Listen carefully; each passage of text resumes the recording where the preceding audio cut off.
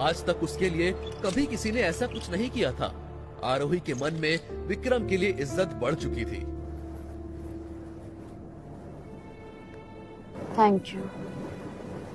अगर आज आप नहीं आते तो पता नहीं क्या हो जाता। तुम हमारे खानदान की बहू हो। मैंने जो कुछ किया अपने खानदान की इज्जत बचाने के लिए किया है। लेकिन वो ये मानने को तैयार नहीं थी कि विक्रम ने ये जो कुछ किया सिर्फ और सिर्फ खानदान की इज्जत बचाने के लिए किया था। अरे क्या हुआ मेरे बच्चे को? हाँ, मैंने सुना है कि कोई लड़के आए थे तुम्हारे कमरे में और तुमसे जबरदस्ती करने की कोशिश की। भगवान का शुक्र है कि दामाद जी सही वक्त पर आ गए, वरना ये नालायक लड़के ना जाने मेरे बच्ची के साथ आज क्या कर बैठते। आरोही इस नाटक से खूब वाकिफ थी।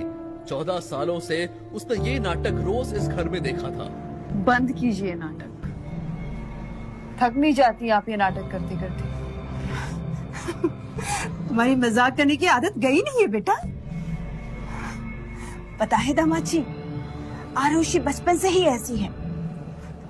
कहने को ये मेरी सौतेली बेटी है, लेकिन मैंने इसमें और अपनी बेटी में कभी कोई भेदभाव नहीं किया।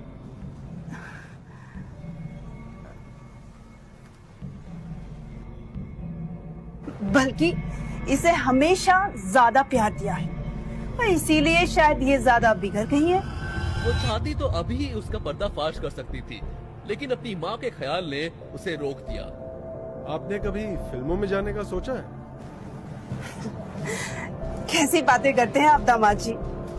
मैं और फिल्में? आपको सोचना चाहिए, क्योंकि एक्टिंग तो आप बहुत बढ़िया करते हैं। यहाँ बेकार में ही आपका टैलेंट वेस्ट हो रहा है। अरे दामाद जी, आप कब आए? अभी कुछ देर पहले जब 4 लड़के आप ही के घर में आपकी बेटी के साथ जोर जबरदस्ती करने की कोशिश कर रहे थे तब। जी हाँ, मुझे पता चला अभी। फिर भी आप अपनी बेटी के कमरे में जाने के बजाय चहकते हुए मुझसे मिलने आए। शर्म नहीं आती आपको?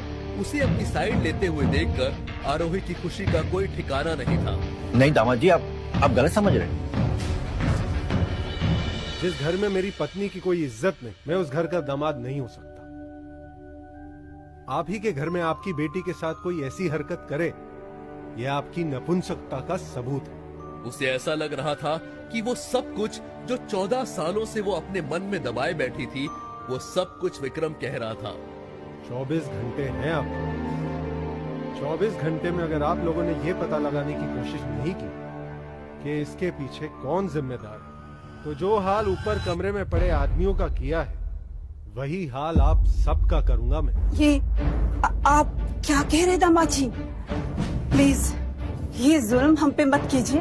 ये जुल्म नहीं, इंसाफ है मेरी पत्नी की। ये सोचकर खुश थी कि किसी ने उसके लिए आवाज उठाई थी।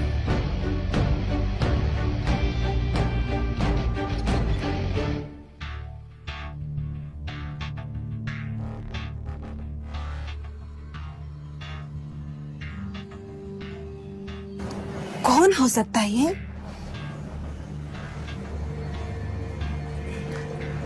कहीं तुमने तो कुछ? अरे कैसी बातें कर रही हो?